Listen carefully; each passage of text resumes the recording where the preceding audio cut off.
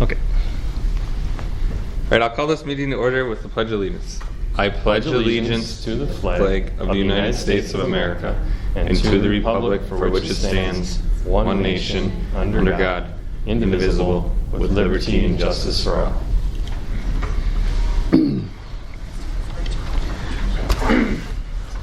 All right, first item, approval of the minutes of the regular board meeting of July 11th, 2022 and the July 25th meeting. I would entertain a motion. Second. It has been properly moved and second to approve the board meetings from July 11th and 25th. All those in favor signify by saying aye.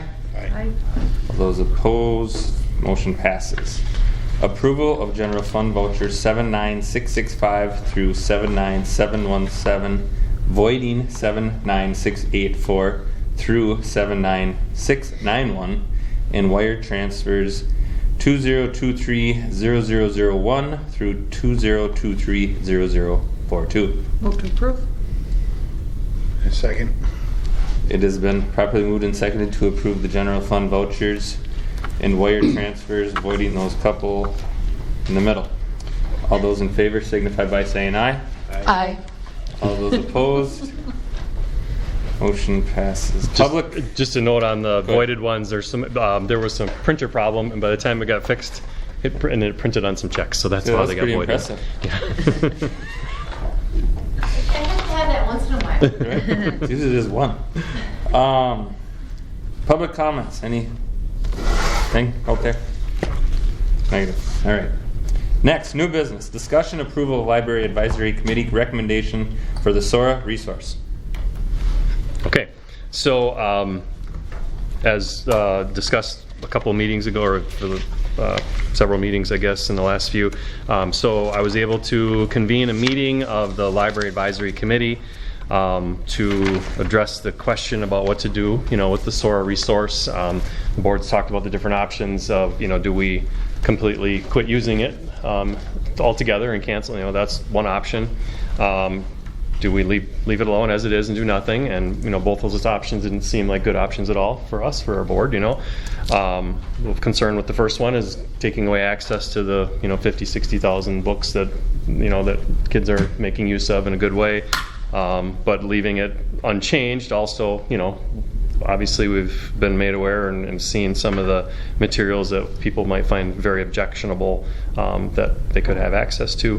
The board had asked Mrs. Meyer to look into other options, alternatives. Are there other similar resources where we could, have more, control over individual books, others, kind of competing, I should say, competitive other resources out there. There really aren't any. So then, we're looking what's another option. That was kind of the question we posed to the group is what can we do? How can we balance the desire to have a resource for kids to be able to read? The data showed that we had a lot of kids reading a lot of appropriate books. The data did not show any of those inappropriate books being accessed by our kids, being used quite a bit. How do we balance, putting good reading materials in front of kids at the same time preventing bad reading materials or inappropriate materials or unsuitable materials being put in front of kids, and maintaining, a safe environment that way. So, talk through some different options, and to make a long story short, what the group came up with and would like to recommend is having a parental, because this is one of the options that was talked about, having a parental permission, but having it be a parental opt-in. Okay, so the default would be that students do not have access to it. The only way that students would get access to it is if parents sign a form saying, yes, I want my child to have this resource. And then I'll go over that with you in a second, but I've got what the permission form would look like and some of the background information. The concern of having it being an opt-out, like we originally talked about, was that, again, many parents simply check the box, don't really take a full in-depth understanding of what they're signing or not signing, and students would have access to it without the parents' awareness.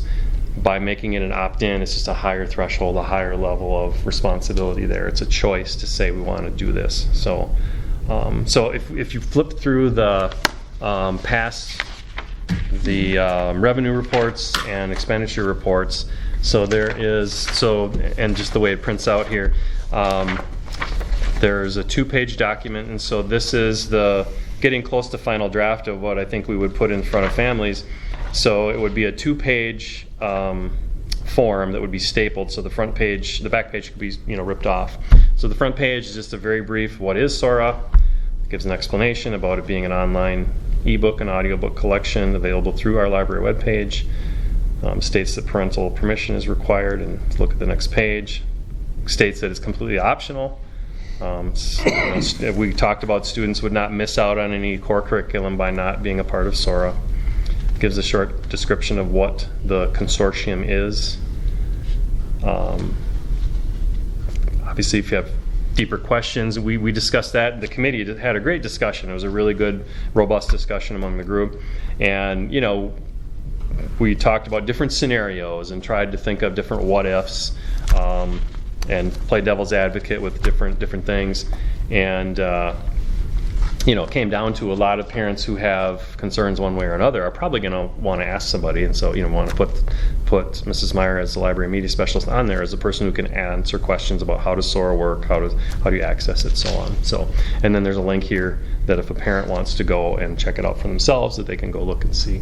Obviously, once their student, if they do choose to give their student the permission, then they would have the ability to log in and look at it with their child. And as the permission form states, we use the word responsibility, to take that effort to make sure that you are monitoring what your kids are reading. So the permission form itself is the next page there. It also, and Mrs. Meyer, I'll invite you if you want to correct me if anything. So initially, as I'm understanding, SORA did not have any age ranges or grade ranges when it first came out. Was that the case? They did. Oh, they did. Okay, I misunderstood that then.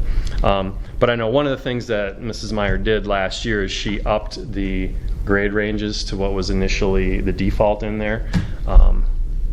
And then we talked about that as a committee as well, what the grade ranges for the different ranges of books to be found in there and what they came up with here. We did do a couple of examples of looking at, okay, what is an example of a young adult book? What is an example of so on? So, and some of the books that were considered to be, young adult were ones that we currently use in our, like 8th or 9th grade curriculum. I just remember some of the examples we looked up, Adventures of Huckleberry Finn, or we looked up To Kill a Mockingbird, which has been used here for decades, and that fell under adult, To Kill a Mockingbird, for example. So we wanted to kind of have it match current, like what some of our current, classroom matches are, I guess I should say. So we can set the grade ranges. We have that choice to do that. And as the form says, I understand that SORA includes access to library collections that are not part of the Clear Lake School District Library. Some collections, particularly young adult categories, are similar to books from public libraries or may contain materials that some parents find unsuitable for their own children. And just saying, by giving permission, I understand my parental responsibility to monitor the materials that my child chooses to access through SORA. So I guess this is, based on the discussion that was had, this is what the group came up with as the proposed solution. So I guess I'd open up for discussion or approval if you think that would be an acceptable way to move forward. From what I understand, we had the emails in the past of examples of books that came from this collection, and I believe some of them were still in the juvenile and young adult category, weren't they? Some of them might have been. Yeah, some of them would be in young adult, possibly, yeah. Yep. So it's still, I think it still comes down to appropriateness, in my opinion. I also, I have an older teen, and I know that he has used other people's accounts and those kind of things through the school system to get into things that he wasn't supposed to be in either, even though I put provisions on top of his internet usage and that kind of stuff. And so I guess that'd be a huge concern for me yet too, because kids do what kids do. And that's a concern for me too. May be able to put, a restriction on some, but if you're not putting the restriction on all, I think it's still accessible.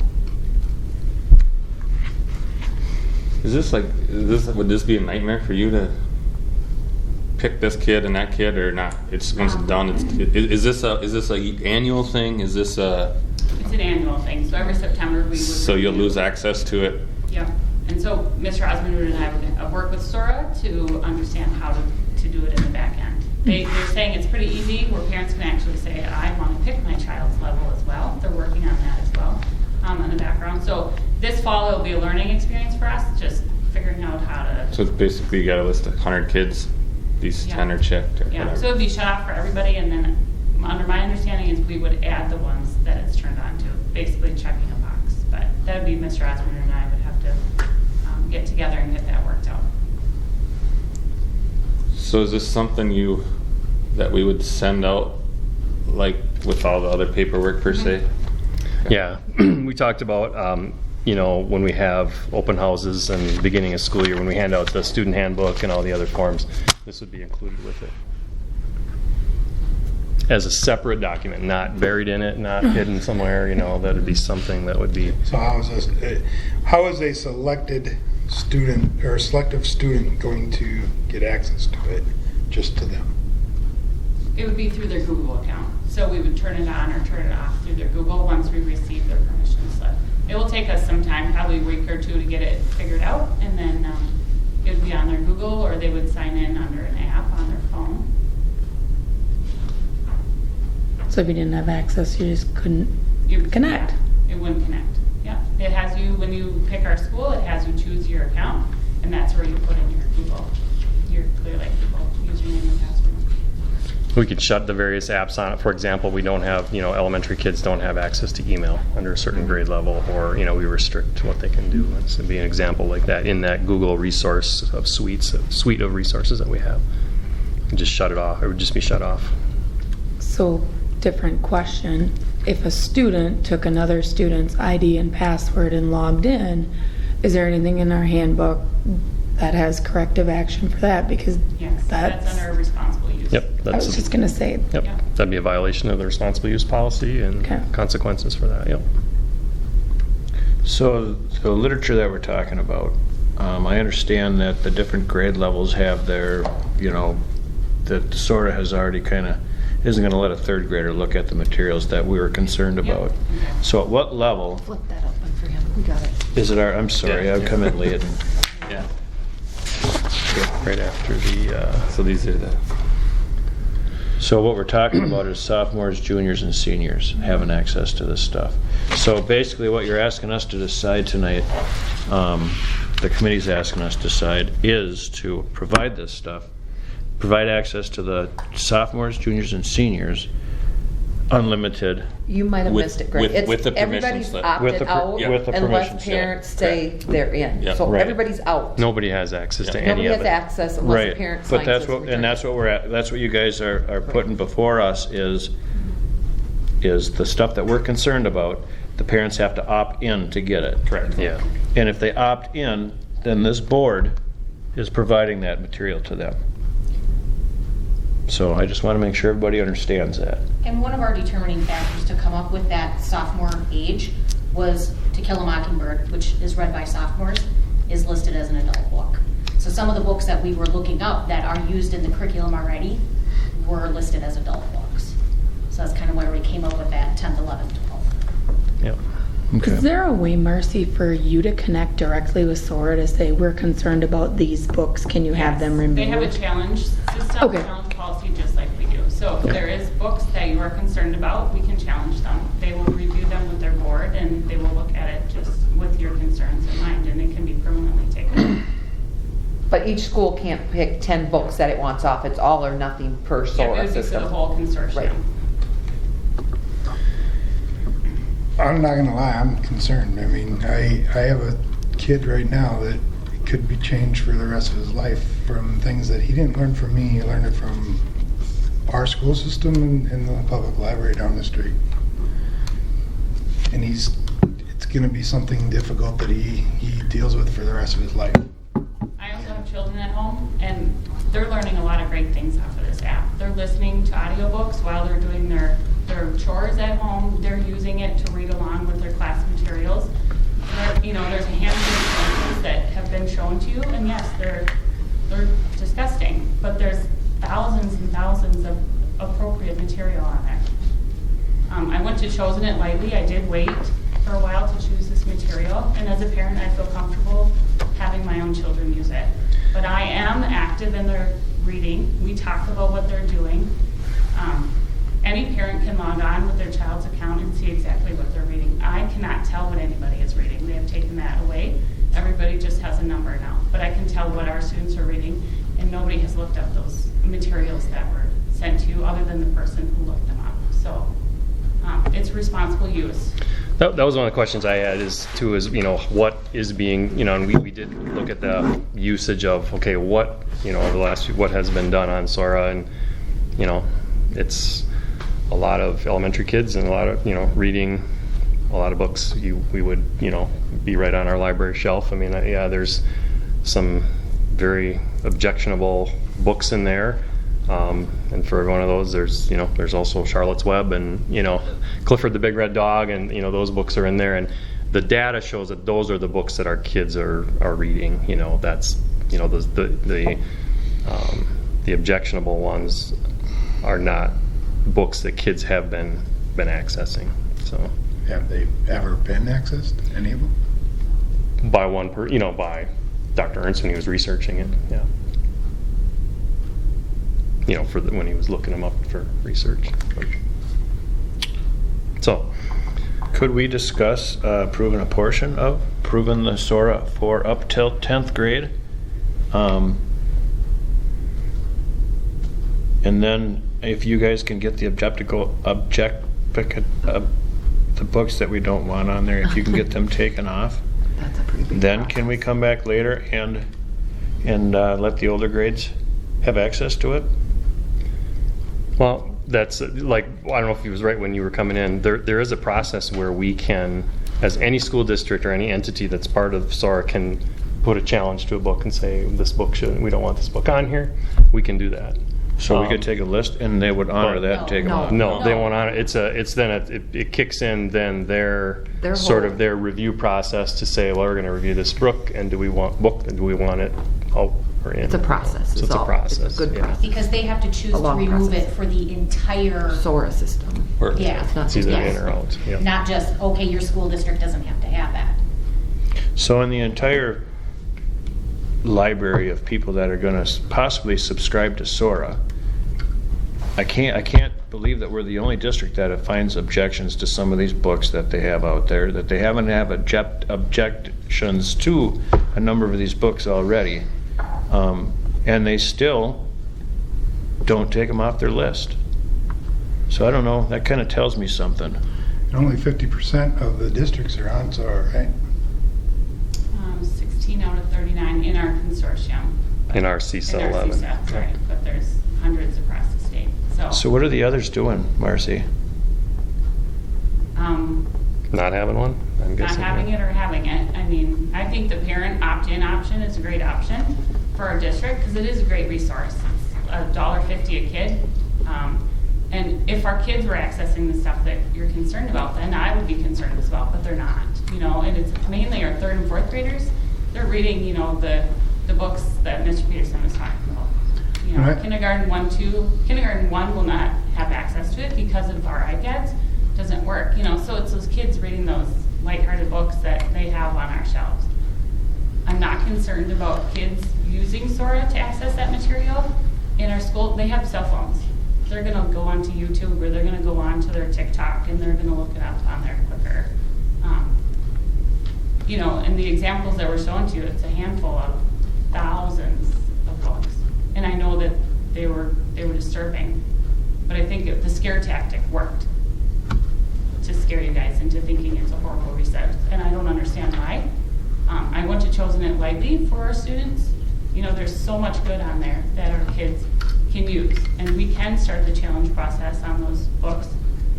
But I don't think it's fair to say you can't have it because there's a handful of books on here that I don't like. And Well- they have the choice to use it, just like they have the choice to go in here and pick a book off the shelf. You know, a kid will, if they bring it to me and say, I don't like this book, okay, let's pick something else. It's just a book. Books are, you know, everybody has their favorites. Not everybody has the same, you know. I might let my kid read something that you wouldn't, and that's just literature. Well, do we have to decide tonight? You guys would probably like a decision tonight? I mean, I guess the idea was that it would be nice to know, we wanted, so before the start of the school year was the I suppose. idea, yeah. And I think that's what the board talked about, was just making a decision before the start of the school year, so we'd have some direction on which way to go.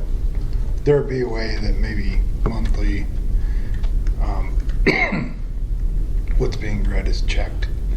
And if we do see numbers going in the wrong direction, Yeah. we may Is that something make that a we can different decision. check in and look?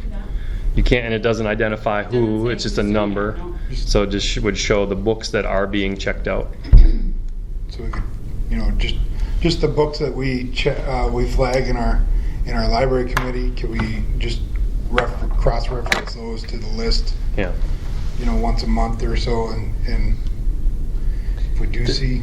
The problem is, though, we have a library committee or a media committee that's going to tell us what books we're going to put on our shelves, or decide what books go on our shelves, and it's our duty to take a look at that, monitor that, and yet we've got this other, but it's okay for them books to be here, because we don't think the kids are going to find them.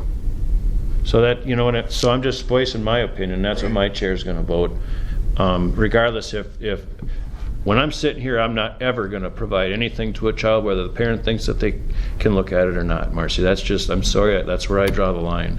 Now, if you guys want to talk about doing it up until the 10th grade level and having it available for everybody under there, and then we could maybe tell the other kids to go to the library if they need to, I would vote for that, because those books aren't available there. But they are here, and I can't vote for it. Now, we can't convince each other. We're not going to sit and try to convince each other. All we can do is, in our hearts, decide what we're going to do and vote on it, I guess. I think even just keeping it the elementary school period, and I don't know, because then once you get up here, you start getting kids sharing information. And Well, let's do it this way then. Let's kind of vote and see, or let's just do it. But don't you think, Greg, too, that the parents should have some type of responsibility? Because you're right, Marcy. You're a 12th grader. All these kids have cell phones, right? This is one resource. At least this would be one that a parent could see what they're actually doing, where they go on. So I think it's a fair way to do it. I can but see that point, Skip. I think it's a fair way to do it. It's not like we can monitor these kids until they're 25 years old either. So One thing that was discussed, you know, among the group and the admin team, you know, I would say, you know, if a adolescent or teenager is of the mind that they want to explore, go looking for inappropriate material or whatever it may be, you know, I don't think that Sora is the place they're going to go. You know, they're going to go on their computer at home, or they're going to go on their phone or their mobile. I don't think that Sora is the place to say, hey, let's go look for, you know, sexual material. right, nor do I want to be the seed to get them Right. to there either. Right. That was one thing that was, you know, trying to look at the data, how it has been used. Right. That was part of the conversation, is how it has been used. So. what if we were to put a policy into this also, that if they were to read or access one of those books that we normally would not allow in the library, that maybe there's a conversation with the parents. But then you have to go through and figure out what all those books are. Yeah, And then Yeah. who What's big accessed number? them, but I think you just said That's- you can't see who You accessed. can't do that. How many books are on there? 60,000 books on there, you know. I think that would be really hard. I think that's just, we gotta rule it out or rule it in, not by specific book. No, When but we I get a think we can report by of- age though, Nettie. Right, I'm not saying that, but we can't pick say if this book is read, then this specific one, we gotta take it out. You know what I'm saying? We would have to read all the books to make sure we don't want them in there. Yeah, I don't know. Yeah, I see So- your point too. So you're saying that these parents are just going to sign this and not have any responsibility is kind of. In good conscience, I can't hand some kid something that I don't think is good for them. Gotcha. That's what, and I have to vote that way. Mhm. So regardless of any of opting, that doesn't matter to me. When we talk Well- about it all the time, there's a lot of parents out there that aren't involved in their kids. For sure. And Yeah. And one thing, again, that the group discussed was, we're trying to promote the idea of parental choice, that, one group of parents or one parent shouldn't decide what another child has to read. And then, on the other side of that, with the idea behind the opt-in was that, that a group of parents or one parent wouldn't decide what other kids can't read, or to take that parental choice away of what some parents may want a resource for their kids. And so we're trying to create it in a way where it would create parental choice, which I guess is what we're, that freedom to have individual choice over what I want for my child, for my own child. So. Yeah, I wonder can if see you could that. be a little, I mean, I get the parent thing, because one thing that I don't like for my kid, another parent is gonna say that. And as much as I want my freedoms to be represented, if I want my stuff represented, so does theirs. But I'm a little bit, on this letter, this parent permission form, can we be a little more specific in saying that it and/or may contain sexual, explicit language, be a little bit more wordy with what it could be, so parents really understand what they're signing up for and allowing their kids to do. Like an R-rated movie, it's gonna have violence, it's gonna have sexual language, it's gonna have just so parents really understand, if they sign this, what their kids could be seeing. Just so there's a little more definition about what some of our concerns are about. Yeah, when we made the form, we were trying to have it be, we didn't want to make the front page look like we're promoting it, like it's this thing everybody should do and it's this awesome Right. thing. And we also didn't want the permission to make it seem like it's something scary that it, so we're Right. trying to be, kind of But I want neutral to be with how honest we. with parents. Yeah. And I think if my students, like, I wouldn't let them go see an R-rated movie depending on what they said was in it. So I think that's fair to put it here. This could be in some of these books, parents. Now you We did- decide. We did discuss that, but then where do you stop? Because it has religion, it has all kinds. Because what if they find a book that has something in it that was not listed on that form that Right. I signed? Then we're in that same boat again of, but you didn't tell me. I have a question. Can you, so I check out a book on the kid. Is there a way that I could send an email like, all right, Joe checked out book number, whatever? No. Because that would really, the parent, well, if they checked their email or wanted to. Yeah, you could put a check in place if the avenue is Yeah. there. I just think we need to be a little bit more upfront with parents what possibly they could be reading. That's just my opinion. And then parents can make the decision. But I really want to be honest with what they would see, just like a movie does. Yeah, you should put examples of what we read in there. Because I do think the parents have a choice, because it's their child. But as a school board, I want them to understand Mhm. what they're okaying. Two thoughts. I think it would help if we described what does juvenile mean in reference to books. What does young adult mean? What does adult mean? And that's maybe where you could say adult books may contain da, da, da, da, da, da, or whatever that disclaimer is. Long list. But I don't know, if I only had an elementary kid, I don't know that I'd need to read that piece. I'd be focusing on, so what do they get from the juvenile standpoint? What are those books going to contain? The other thing is, if I was a parent signing this and didn't know about all these discussions and was curious, is there a way for us even to find a list or some more explanation of what type of books would I see in juvenile? Just to get some Yeah, examples. I guess what we were thinking as a committee is they would, on the first page it says you can sign into your child's account. Yeah. And see exactly what your kid is saying, because what could be offensive to me might not be offensive to you. Just to bring this up, this whole SORA thing started with LGBTQ, and that's why it was brought to your radar, but it was switched to sexually explicit a couple months ago. So there are LGBTQ books in juvenile, and that's why a certain person wanted it gone, because didn't feel that was appropriate. Now, whereas another parent might think that's okay for their kid to read something about that. So I'm going to be very plain with you. There's LGBTQ books from juvenile up to adult, and that's where this discussion started. Oh, well then I withdraw my wanting to vote for the kids to have it up through 9th grade then. I understand. Yeah, I think I read some things. That's what I thought was some of the stuff that we read was juvenile. So does everybody have their opinion formed? We can vote on this and move on? Yeah? No? I still am concerned that parents have a choice with the reality of what this means if they were to say yes.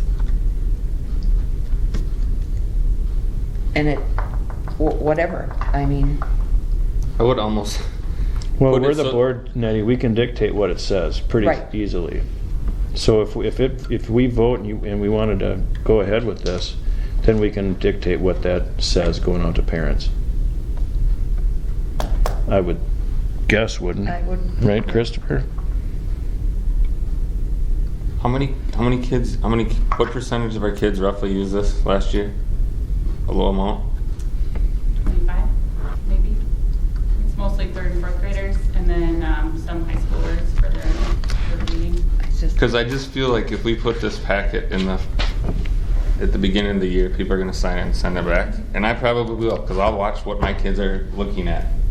However, maybe it should just be something that they learn about at a thing, and then they reach out to their parents and say, hey, I want to get this. Whereas if it's in this packet, I guess it's the same thing. But the parents, I realize we're the board, but the parents have to. I feel like what you're saying is you don't trust the parents to make the decision Yeah. that you want them to make. I don't think it goes to that level. I think it's as the simple parent's as, decision. I think we have to be explicit with saying what's involved in potential Yes. reading here. I think it's a parent's choice. I think we need to be very explicit what we're saying we are providing. I think that's where our responsibility lays. and I'm back one little bit of a level from that, Nettie, and we're providing this. If we vote yes, we're providing this to these kids, regardless of if the parents want them to see it or not.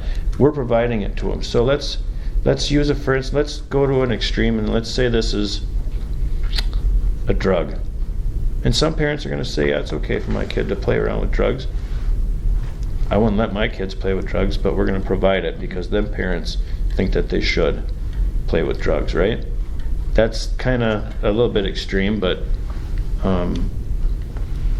if it's not good for kids, then I'm not going to provide it for them. And LGBTQ is not good for kids. It's not natural, and I feel sorry for them kids that are getting lost. But that's your opinion. No, it's not my own opinion. Jody?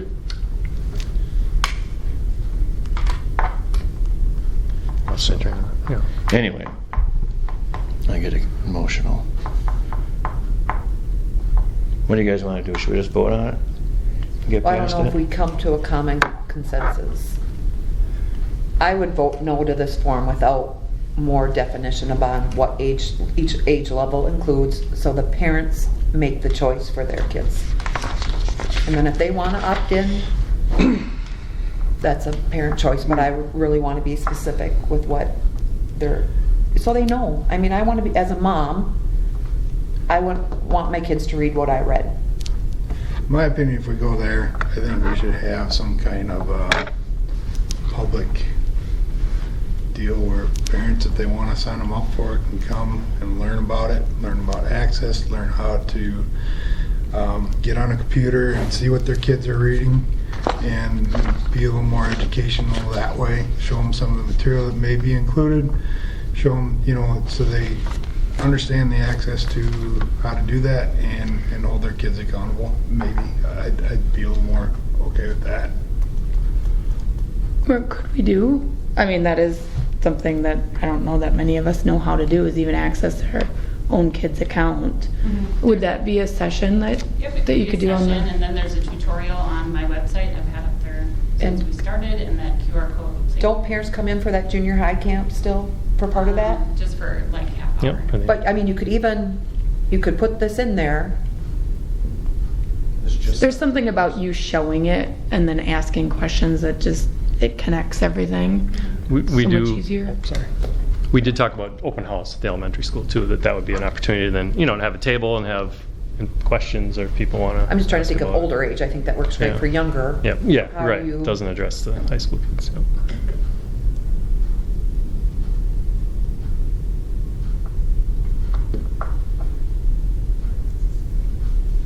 But I also understand where you're at too.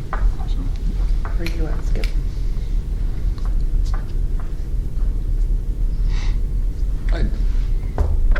I guess I'm fine with They this. still can go down the street and get it from the library. Mm-hmm. And we don't have to provide it. So anyway, the motion before us is approve the Library Advisory Committee's recommendation for the SORA resource.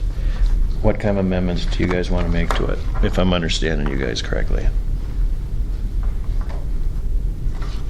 I don't want it in the general packet. If you're seeking it out as a parent, that's where I'm at. So I don't want to put it in everyone's folder to sign and send back. Because they're not gonna read it. So you're saying if parents ask for it, give it to them? Yes. But it's a whole different thing. How do we make parents aware that it's there? The 25 kids found it that way.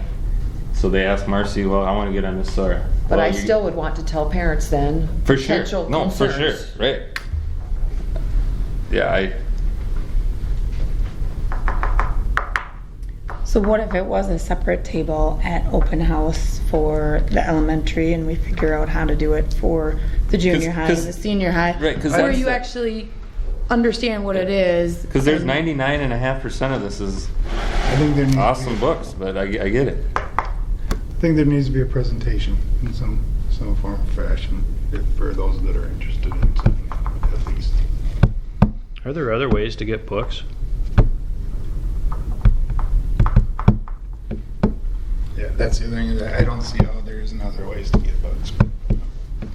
I mean, because here we are trying to make it harder for our kids to access it, or to make our.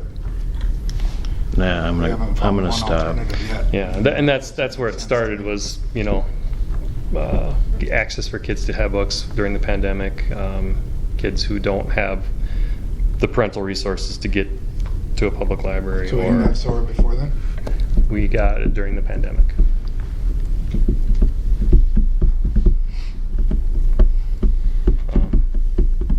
So, board can, you don't have to do anything. You can table it. You My can last- vote it down. You can change it. You If can. we vote it down now and we don't pass it, we are missing an opportunity, the only easy opportunity to present it to parents in an easy format.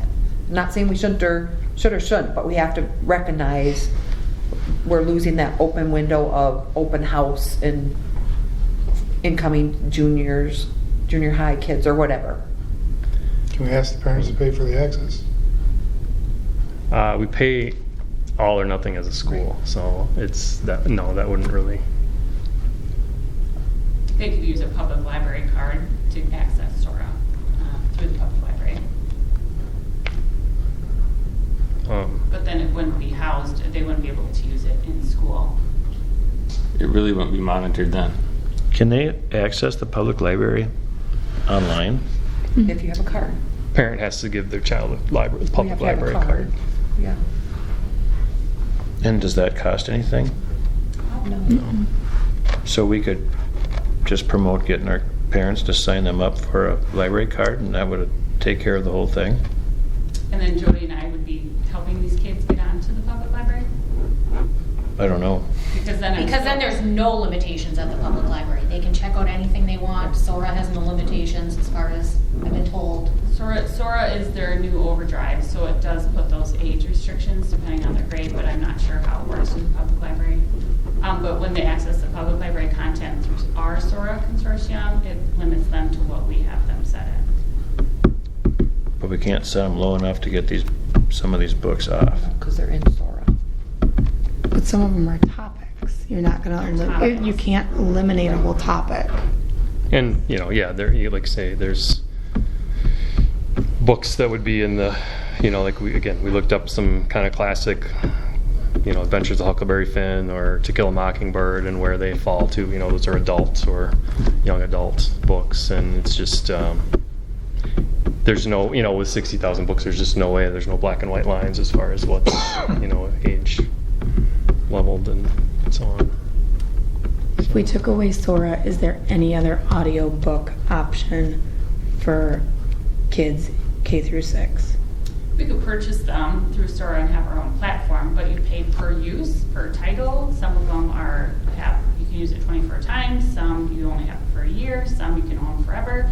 It's going to be a lot more expensive for us on our side to do that, and it would be limited. There would be limited books on there. Public library access also has audiobooks. Yes, but it's not convenient for a K through 6 if they're having a reading deficiency to not have the access to the audiobook. It's part of the learning to read process for those who are having difficulties. So that could set back our reading scores. Yeah, this is great for our high readers because they're reading stuff that we cannot get in our, we just don't have on the shelves. We have limited space on our shelves. They can go out and get stuff that we don't have. And then those low readers, it's helping them with those audiobooks. And that's the biggest reason why I waited, was for the audiobooks, because it's really helping them. They can follow along, they can listen, they can hear the words that they can't figure out. But it's your decision.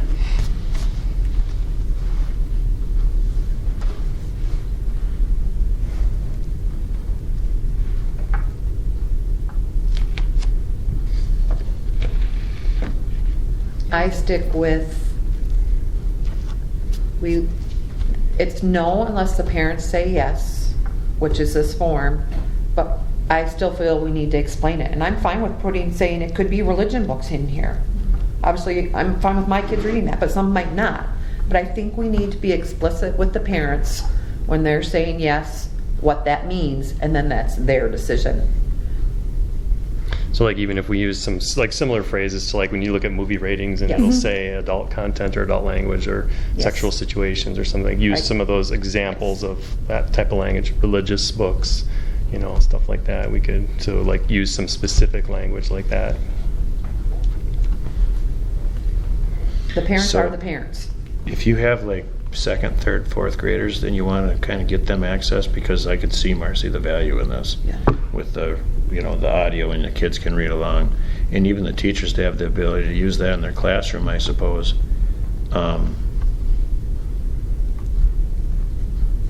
How do we get those parents to sign up for it so the kids can use that resource and not have access to some of the material even in the young group? That teachers wouldn't point them towards that, I'm sure, and the kids probably wouldn't even know to look for it at that age.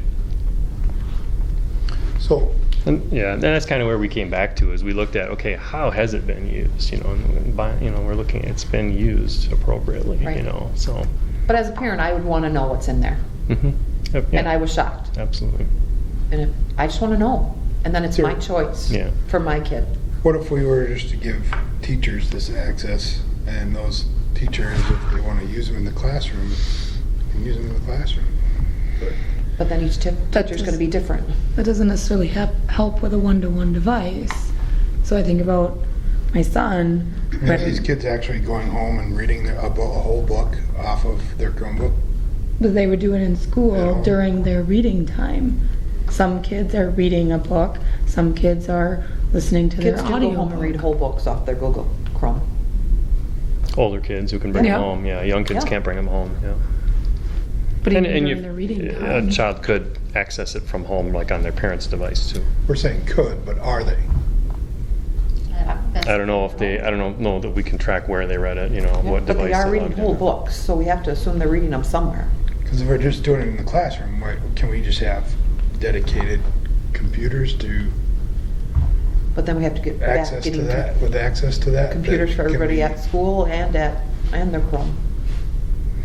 Well, I mean, we have, they have a device right now. I think this is a different, these are library books. So just like when students check out library books now, that's separate from what they're doing in their curriculum in their classroom. The library book is it's for their free reading time. It's for their reading for pleasure, reading for their own enjoyment, and getting books in their hands and getting them to enjoy reading and wanting to read and practicing. So they're checking out books from there.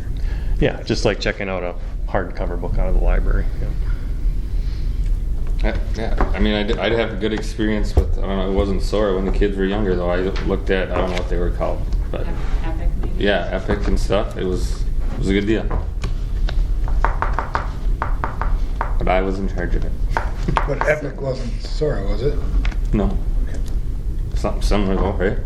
We did look through Epic at our meeting as well, and some of the titles that Dr. Ernst feels are not appropriate for our school are in Epic as well. So, I mean, it's, Okay.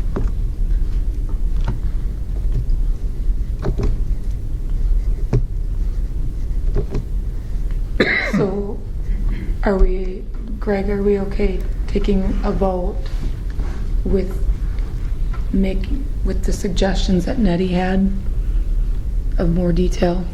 So Yeah, I think we have to I mean, I decide just if feel we like want we're to do it and spending- how we want to do it, right? I think that's kind of how we have to I figure think out. it'd be also great to add in a resource of a place that a parent could go and check those books against that, a resource of like the library communities you've been using. like Common Sense Media or something like Yeah. that, or I'd like to see that added to it also, so that I think if you have Common Sense Media, you can check, I think, 3 to 5 book reviews a month. Other than that, you have to subscribe, which our committee did. So we have unlimited, but not all books are in there. And a lot of the books that have been taken out of our library have had rave reviews on Common Sense Media. So And library committee, are all three of you guys on the library committee? I want you guys to know that we do have, in this subject matter, there are differences of an opinion, right? And we all firmly believe the way that we believe. But I gotta take my hat off to you guys for pushing this forward, because I can see the value in it and what you guys want to provide for the kids. I hope that you guys can see what we're trying to do too, to protect our kids. So, once we get through with this, I think we'll probably find some common ground and we can all sleep tonight, and the good of the kids will come from our decision, I guess is what my prayer is, so. One thing I thought about with this, as we're sitting here, there's inherent risk in many things that we do and that we provide. There's risk in playing football. There's risk in riding a bus down the road. I think our job, is to, in our best effort, good faith, is to mitigate risk. And we want kids to wrestle or play football or be in the band or whatever. I think that's there's an inherent, if you play football, you can get hurt. You could break your leg, you could break your neck.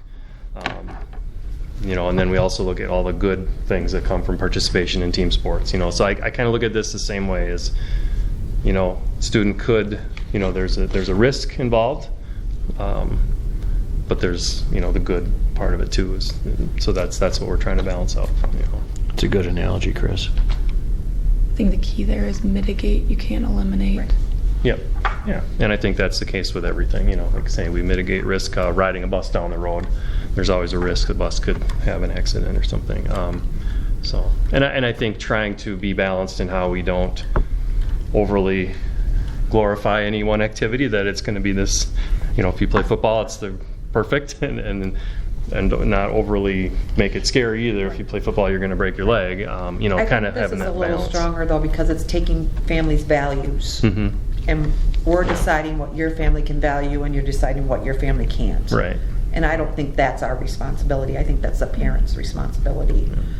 I think our responsibility is to inform them what this potentially can be, and then you decide your family's value. And it's not a hurt risk, it's a value character thing to me. Right.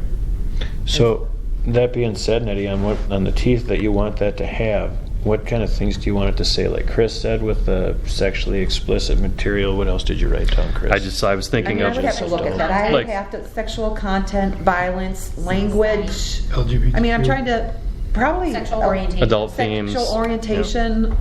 I mean, I don't remember what our movies Religion? say. Drug use. I violence. mean, just so families can pick what's valuable to their character and to their kids. And just to be upfront. And if they don't want it, then they don't want it. Mhm. And maybe that'll show them to monitor it a little bit, I guess. Yeah.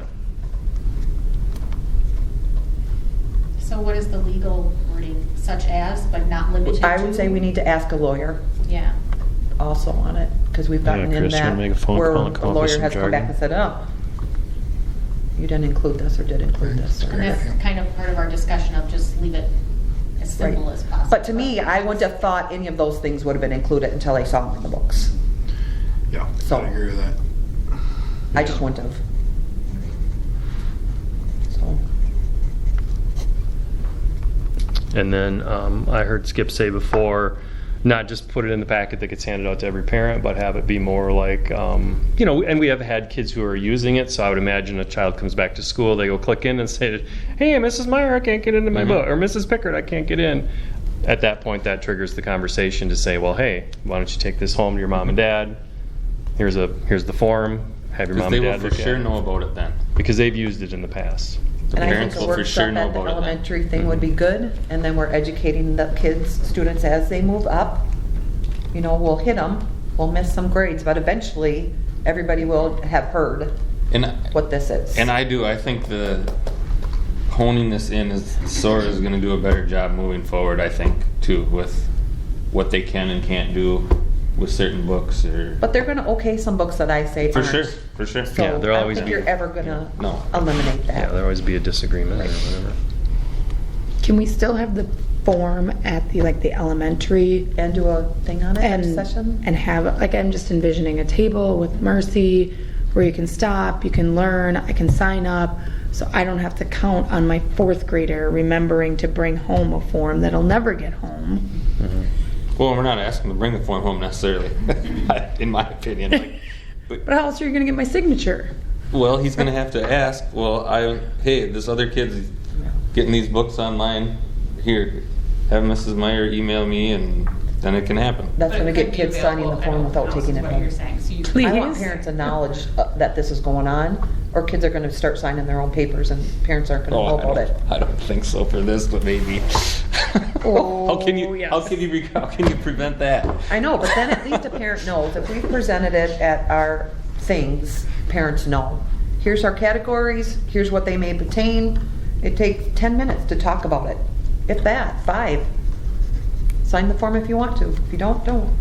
And that was our discussion on the front page as well, is if you're not sure, here's the form to take home, check it out, sign Mhm. it, send it back if you agree or don't.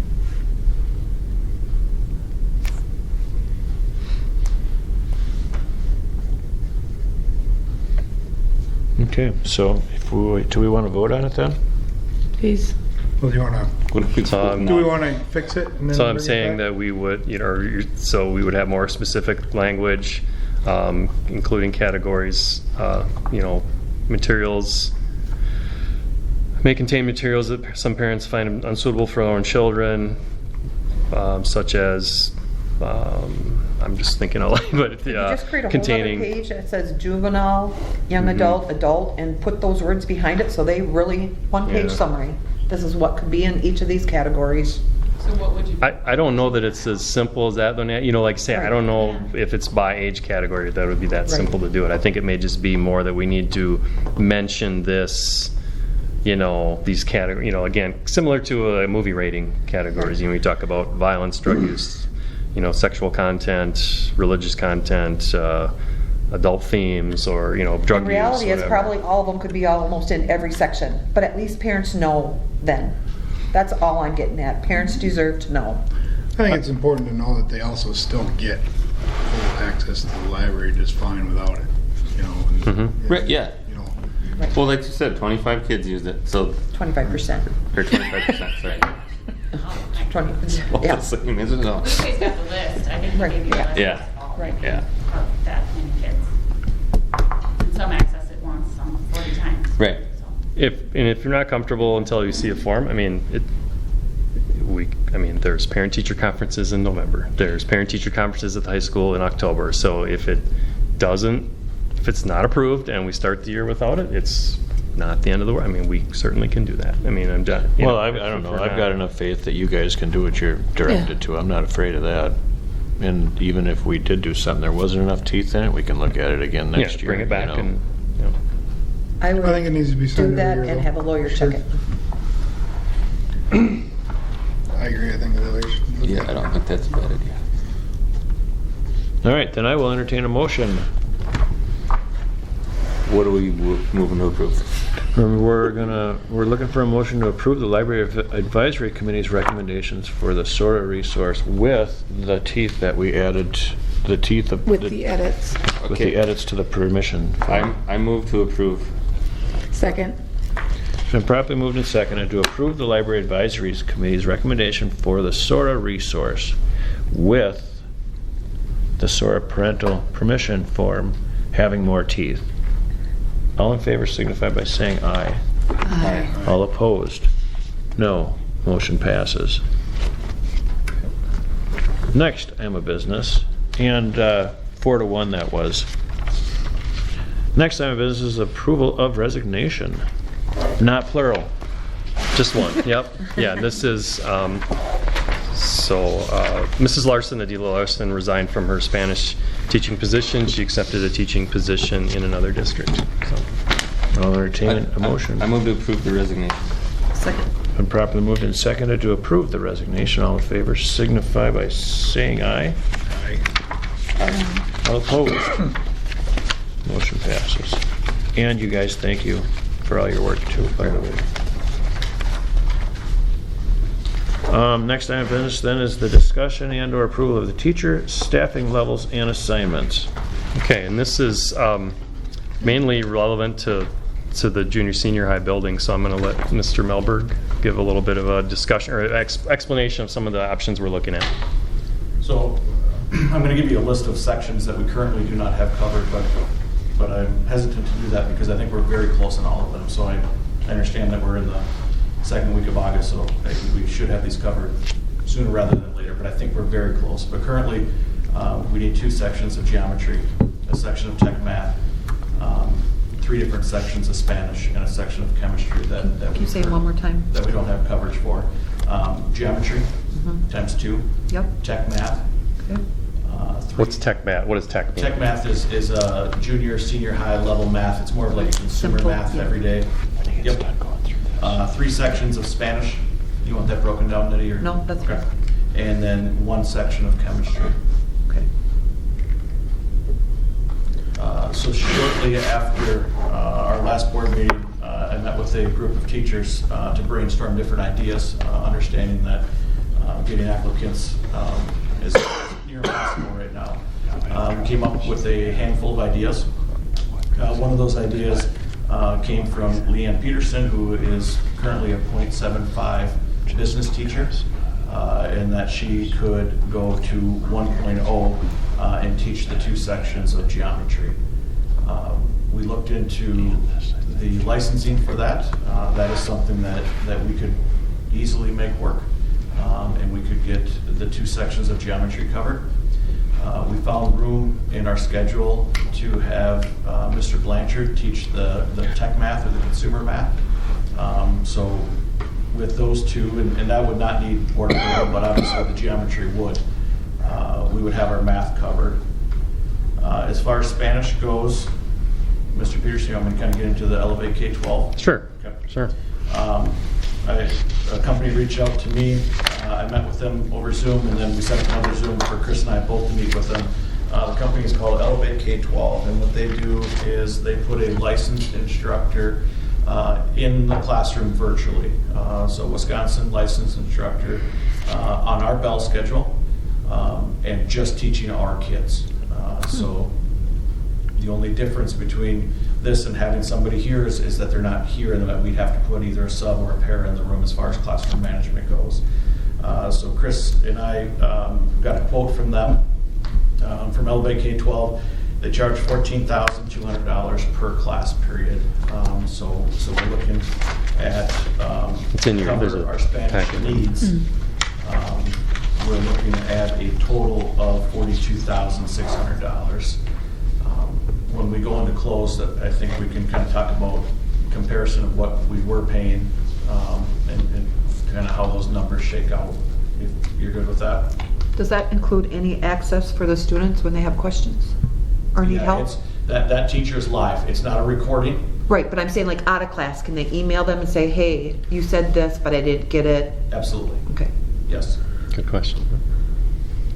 Yeah, so yeah, it is a live teacher on screen Right. interacting with the kids, similar to our ITV network that we've Right. had for many years. Yeah. I just didn't know if it was just that hour that they could ever ask anything, or if they can reach them outside of class period, him or her, How long of a contract is This would be for the school year. school year. Yeah. Okay. And last one, chemistry. We're in the works on something there, but I think it's probably too early in the game to talk about it in open session. Should we Chris, move, is that fair enough? should we move some of that to closed session? Let's go ahead and save the rest for, is that all you have there, Mr. Milberg? Yeah, I mean, I can give you more details, but yeah. Okay. I mean, the main one is going to be, at this point, the two that we'll look for board approval tonight is moving Mrs. Peterson from a .75 to 1.0, and then okaying the Elevate K-12 for the Spanish. All right, we'll put that on the back burner then until we get to closed session. Thank you, Mr. Milberg. The next item of business is our approval of hires. Yeah, so we do have some hires that we've been ongoing working on for a while. So the first one, or Mrs. Anderson, if you want to share, you got the two. They're both in your building. Yeah. Absolutely. We're doing great in the elementary. Today. Okay. We have, in our kindergarten numbers, we have currently 2 sections, 19 in one section and 18 in the other section. That puts us over what is called the Achievement Gap Reduction Program through the DPI, the AGR numbers. The AGR requirements are 15 to 1, or excuse me, let me scratch that, 18 students to 1 teacher or 30 students to 2 teachers. It isn't 18 and 18 to 2 teachers, 36. It's 30 students to 2 teachers or 18 students to 1 teacher. So we do not Either way. fit those numbers right now. However, we have a certified staff member, Rosemary Spinell. She has taught junior kindergarten in our district. She is a substitute that goes above and beyond. We approached her and she applied for the position of being a 3rd section of kindergarten, but it would be working in the full classroom with the 2 current kindergarten teachers. There is a wall that was constructed during our add-on a few years ago. That wall can be taken down. It's a movable wall. The wall will be open for this year of kindergarten, and that 3rd teacher during core instruction of ELA, the reading portion, and math, will be in the classroom with the other 2. And that does put us in compliance then during the core subjects, 3 certified teachers teaching. The 3 of them have discussed what that can look like. I'm excited to see how this will be. It's just a gift to have 3 certified teachers, whether it be small groups, 1 leading, different things. So Rosemary Spinell is the candidate that applied, and she is more than qualified to do that. And I don't know if you have any questions about. So you're asking her to do that as a That's what we have. full-time? Oh, good question. Or half-time? She will be here for 4 hours, so it's half-time position, but it 25. doesn't fall with an 8 to noon or a noon to 4. It roughly will be maybe a 9 a.m. to 1 p.m. type position when the students are in the kindergarten classroom. So we have to adjust her hours so she isn't coming during breakfast because there's no kids in the classroom potentially doing ELA or math at that time. So it's a 4-hour half-time position, but the hours will fall kind of in a midday range.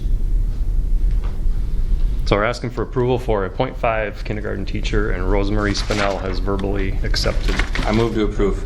Second. It's been properly moved and seconded to approve our teaching staff, or our hire. Well, we have to talk Wasn't about the there a other second one? There's one more. Oh, is there Mrs. another Anderson, one? one more staff member? Yes, Oh. Alexa Steinberger, we needed another paraprofessional. We had a fantastic group of applicants, and Alexa Steinberger has verbally accepted our offer to her to be an elementary special education paraprofessional. I move to approve. Alexis as invited. Second. It's been properly moved and seconded to approve Rosemary Spinell and Alexis Steinberger as our new hires. All in favor signify by saying aye. Aye. All opposed? Motion passes. Brian, see, that's how you do that. That's how I got a little wordy. Let's get us ready to move. Next item of business is the approval of the fall athletic code roster. So yeah, the coaching staff roster for the fall is in your packet there. Some changes, quite a few changes. Football staff, do I need to read it off to you, or? No, but junior high volleyball, is that, Yep, there's one. The second one is not 100% sure Okay. yet, so they're working on a second one there too. So yeah, so junior high volleyball is still a question with the second position there. I move to approve the coaching roster. Second. It's been properly moved and seconded to approve the fall athletic coaching roster. All in favor signify by saying aye. Aye. All opposed? Motion passes. Next item of business is the approval of home-based athletic participation. Okay. Again, the next page in your packet, and 3 of those names you've already seen, we already approved it, but we did get a couple more names. And then and this is just me being new in my first meeting, I talked with the athletic staff, with Mr. Sargent and Mrs. Blanchard, and we're just going to get more organized we'll keep a spreadsheet with the kids ongoing, so that there's a couple more on there, and we'll be a little more efficient at how we have you approve them all at once. So anyway, so there are a couple more kids added there, and again, several years ago it became legal to allow homeschool kids to participate in our school athletic program. So we've got the requests from these following kids here listed. I move to approve the homeschooled students participate in our school athletic programs. Second? It's been properly moved and seconded to approve our home-based athletic participation. All in favor signify by saying aye. Aye. All opposed? Motion passes. The next item of business is our approval of the 22-23 return to in-person instruction plan. Okay, so it sounds kind of silly to say return to in-person because we've been in-person all along. This is a requirement of our federal ESSER funding. So we need to have a return to in-person instruction plan. We had one last year, so we need to have a plan. There are no substantive changes to our plan from what we were doing last year. I just went through, updated the language to have the proper years on it, updated it so that it made sense for our current context. Any changes in there are highlighted. One of the first pages is the return to instruction goals. Put the statement in there that this plan satisfies the requirements of the federal ESSER funding. So it is the same as last year. Again, how we stop the school year is, students who identify to us as having been tested positive for COVID are asked to not be in school while they're ill, out of school for 5 days or until they're feeling better and have no symptoms or the symptoms are abating. Again, same as last year. The county may contact trace independently outside of the school. The school did not do close contact tracing. And so I'm on page 7. I did add the statement in there that we've always had about asking students, staff, and families to screen themselves daily and monitor for their own symptoms. Will the doctor offices still be contacting, or the county be contacting the school that you know that somebody has COVID? We didn't really experience that last year as the year went on. Sometimes have the county office let us know. In most cases, when the county called us, we already knew from the parents. So, the requirement for us to contact the county health office was eliminated last year. That practice was stopped by around the county. So. I did add a page in there, just a reminder to all families on page 8 about the district will continue using the following long-standing practices regarding all health-related issues, and that's that summary we've always had in our parent materials. Keep your child home if they have the following, and it talks about being fever-free for 24 hours and Right, Mrs. Pickard. free of vomiting and diarrhea for 24 hours. And I was going to look at you too, Mrs. Pickard, with the little ones. Just when, guidance of when to keep kids at home. So, I modified the page 9 district communication. It used to talk about letters being sent home, which we have not been doing and other districts are not doing. But any necessary information will be communicated home. It'll be put on our website. This plan will be on our website still, the updated plan, and any direct communication will be done direct to families or via school messenger.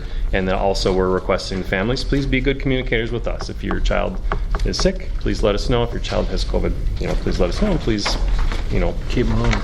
act appropriately and keep them home while they're not feeling well. So, otherwise, again, there's no practical changes to the actions we would be taking compared to last year. Then I will entertain a motion, unless you have more, Mr. Peterson. I don't. I move to approve. Second.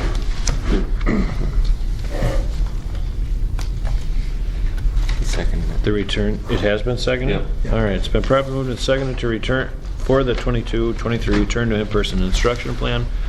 All in favor signify by saying aye. Aye. All opposed. Motion passes. The next item of business is the approval of the Transportation Handbook 22-23. Okay, there's a copy in front of you for your reference that you can certainly take home with you. There are no changes to it other than dates and names. So it's the same transportation handbook that we have had in the past. This is the regulations for student safety and student discipline and for how the buses operate. So. I move to approve. Second. It's been properly moved and seconded to approve our 22-23 Transportation Handbook. All in favor signify by saying aye. Aye. Aye. All opposed? Motion passes. The next item of business is the approval of the 22-23 Employee Teacher Handbook. Okay. Got a copy of the teacher handbook in front of you as well. So this is the employment handbook. And there are no changes except for one, and that is, and of course, oops, I didn't. It's on page 3. Thank you. I didn't mark the page. So on page 3, we are proposing a modification to the hours of work schedules and calendars, and what we would like to propose, or what the admin team would like to propose, is having a flexible work hour option for the teaching staff. So at the beginning of the school year, as it says here, the standard workday shall be one of the following options chosen at the beginning of the school year by each individual teacher. The option 1 would be the standard that we've had, 8 a.m. until 4 p.m. And then the option 2 would be to have the work hours of 7:30 a.m. to 3:30 p.m. So teachers would declare at the beginning of the year which one they would choose to follow. And this would not have any impact on student schedules. Students are still here 8:17 to 3:15 at the elementary, 3:25 at the high school. The teachers would be asked to declare which schedule they plan to follow. There's also language in there about right now our handbook states that on the last day of the week or days before holiday that the work day is 8 a.m. until 5 minutes after the last bus leaves. So we're proposing to keep that the same regardless of which option they would choose. We would still have that option on Friday that, after the buses leave, staff are able to leave after the last bus is gone. So the summary in your board packet too has the old language, what is the current language, and then it has the new language. And we were careful to have this choice in here without really changing the language of the handbook. And making it clear in here as well, as far as, there are after-school meetings or before-school meetings. And so it says in here, recognize the teachers, regardless of the option chosen, will assume there are other obligations outside of the normal school day with students here. The expectation is that the teacher will adjust their working hours for that day in order to accommodate attendance at the meeting. So for example, if it's a day where we know we have a staff meeting after school that's going to go until 4 o'clock, they don't, if they've chosen 7:30 as their option, they can come in at 8 o'clock that day and not have to work extra. So, or if there's a meeting before school at 7:30, the teachers who normally come in at 8 would come in at 7:30 and flex for that day. So, questions, comments? It's just done in an effort to provide more choices for. I'll entertain a motion. I move to approve the 22-23 employee teacher handbook. Second. It's been properly moved and seconded to approve the 22-23 employee teacher handbook. All in favor signify by saying aye. Aye. All opposed? Motion passes. Okay. Then the next one is the 22-23 employee support staff handbook. And that is in front of you for your reference as well. And on this one, I will also say there are no changes to policy, no changes in the handbook other than dates and names. I'll entertain a motion. You have 178 days highlighted. Was that meaningful? Yeah. Wait, what page? Let me find a page. 3.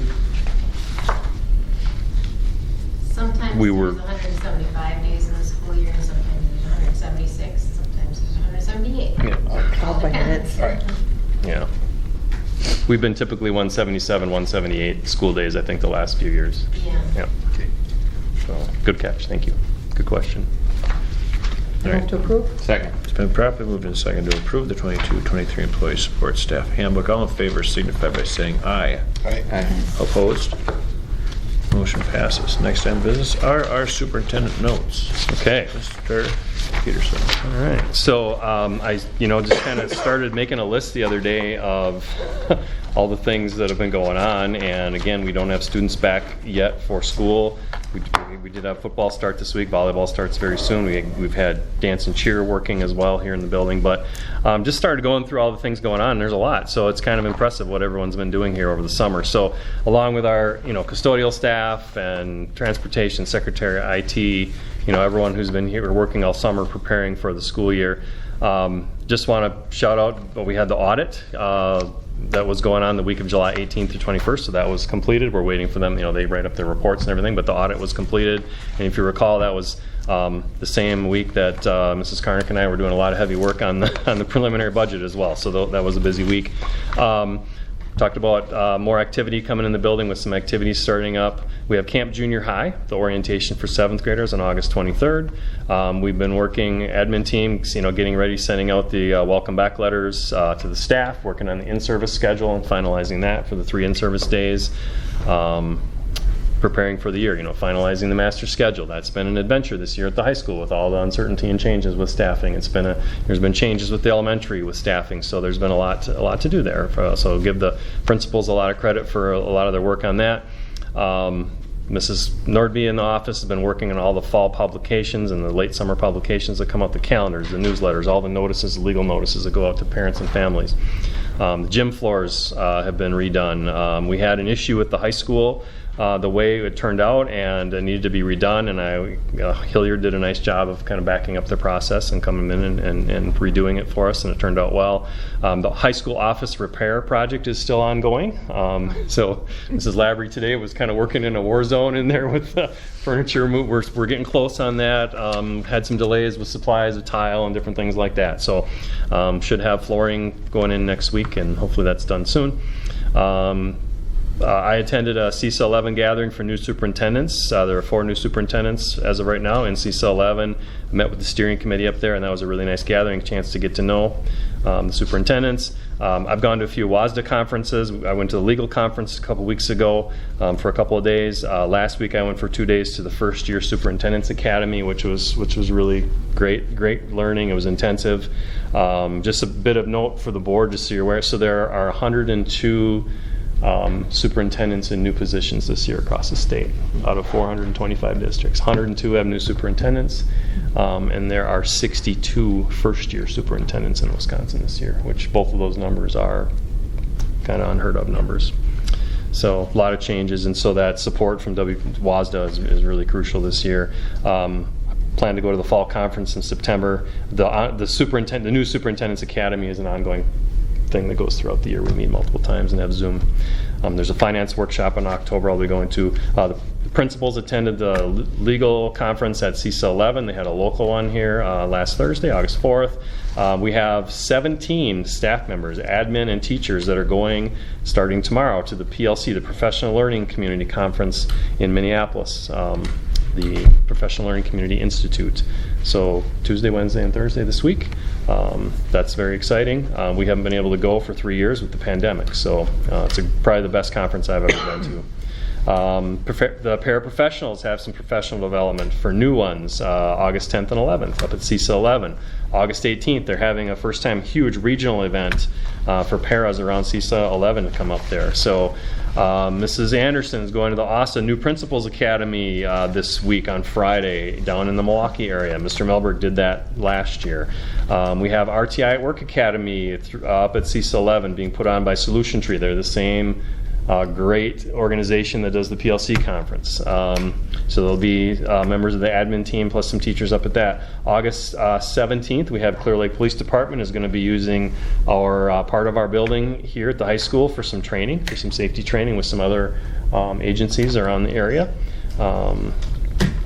August 19th, we have a Literacy Professional Development Day with elementary teachers coming in with a consultant from CISA 11. We got new teacher in service on August 22nd. We've got special education staff training on August 24th. Meeting with all the transportation department, all the bus drivers, August 18th. Mrs. Mickelson, Jennifer Mickelson, is new on making the routes. She's had some input. Billy Joe Johnson, who left the position, has been very gracious and has come back, and we've been able to hire her for some days to help Mrs. Mickelson with that first-time process. There was a Lions golf outing at the Clear Lake Golf Club on Saturday, a fundraiser for the backpack program. Some people were there. We've got the open house on September 1st again. We are put out for our community groups to take part in that as well. And then, of course, annual meeting for the board on August 22nd coming up at 7 p.m. So my point is there's a lot of stuff going on. So people who say, well, boy, it's summer, or things kind of slowed down, or even the principals will get asked, well, do you work in the summer? So there's a lot going on, and a lot of staff coming in, a lot of teachers involved, just committee meetings and stuff like that. So there's a lot going on. That's the point of all, I guess. So very proud of our staff and the activities that they're taking part in. So I also put in your pile there's WASB regional workshops. So these are those online professional learning opportunities to take advantage of if people want to sign up for those. Perhaps you got that emailed to you as well. Those are the big things, I guess. So that's a lot. There's a lot going on. Are we using as many ESSER funds as we can for some of that? Yeah, and that's a good point to make. So for example, all the people we're taking to this PLC conference, it's a big deal. It's a big expense too. But yeah, that's a prime example of this one-time ESSER funds. This is a great opportunity for us to invest in professional development and curriculum resources that are one-time kind of fees. All right, thank you, Mr. Peterson. Then I thank you guys all for the work you've done and for coming in to watch the meeting. Right now we're going to move into contemplated closed session in accordance to WSS 19.85, paragraph 1C, considering employment, compensation, or performance data of any public employee over which governmental body has jurisdiction or exercises responsibility. Tonight we're going to discuss the teacher staffing, levels, and assignments. I'll poll the board. Nettie? Yes. Skip? Yep. Myself, yes. Christy? Yep. And Matt? Yes. All right, we are in closed session. Okay. Push the Shut button. the door over there. Maybe I can do that too. I don't know. I'll let you do that, Chris. Yeah. All right, we're going to return back to open session. The first time of business is I will entertain a motion. I move to elevate Leanne Peterson from a .75 FTE to a 1.0 to cover 2 sections of geometry, and I move to contract with Elevate K-12 for the 3 sections of Spanish. Second. It's been properly moved and seconded. All in favor signify by saying aye. Aye. Aye. All opposed. Aye. Motion passes. The next item of business is future agenda items. Does anybody have any things that they'd like to see on our future agenda? So retreat. Would be one thing.